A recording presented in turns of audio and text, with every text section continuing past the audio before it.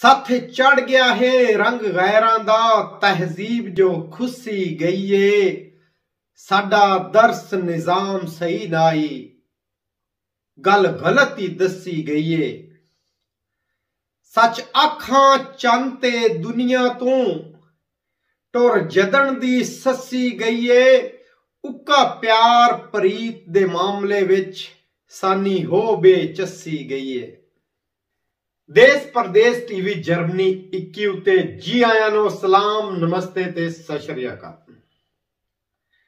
दोस्तों अज साडे नाल लहंदे पंजाब तो बड़े उच्चे नां दे मालक बड़ी सोहनी शख्सियत साडे नाल मौजूद ने। अज उन्हां दा कलाम उन्हां दी जुबानी तुहानू सुणावांगे। उम्मीद करदा कि तुसी पसंद कर सो। लहंदे पंजाब जिला चकवाल दे वसदे उच्चे नां दे मालक जग मशहूर शायर जनाब मलक एहसान अवान सानी साहब अपने देश विच वस के भी परदेसी मित्रां भरावां दा दर्द सीने विच रखदे ने। देश परदेश टीवी जर्मनी दी रौनक नूं वधाउण लई मलक साहब अज साडे नाल जुड़े ने। उन्हां दे तारफ ते शायरी दी तारीफ विच मेरे कोल अखर नहीं है। सुनदे आ जी उन्हां दी अपनी जुबानी। जनाब मलक एहसान सानी अवान साहब। मैं बहुत मशकूर हाँ देश परदेश टीवी जर्मनी दा कि जिन्ना मैनू ये मौका दिता कि मैनू प्यार तो सारे सानिया दिन मेरा असली ना एहसान है ते जेड़ी देंदी है दरस वफावां दे ओ कौम मेरी आवान है। ते तुसा ना दुरम्याल दा सुनिया उसी और जिदे मथे उत्ते तोब निशान है तो मैं उस बस्ती दा वासी हाँ जेड़ी जिला चकवाल दी शान है। हम सुनने वाले दी नजर एक परदेसी नज़म पेश करना चाहना। खसूसी तवज्जो कि मेरा मालिक करम कर दे असा मजदूर बंदे हाँ बड़े लाचार हाँ या रब बड़े मजबूर बंदे हाँ मेरा मालिक करम कर दे असा मजदूर बंदे हाँ।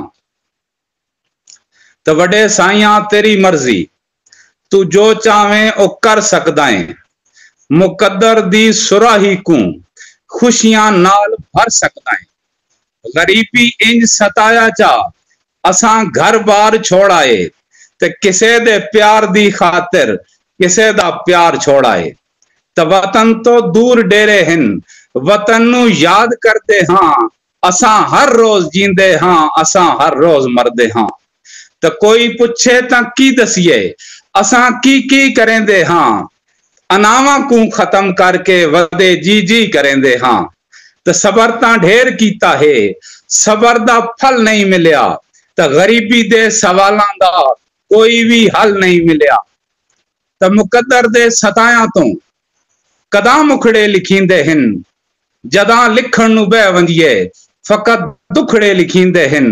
तो असाडा ज़हन इंज लगदा है काशिफ भाई असाडा ज़हन इंज लगदा है गमां दा चौक रह गया है ना कोई शौक है सानी ना कोई जौक रह गया है।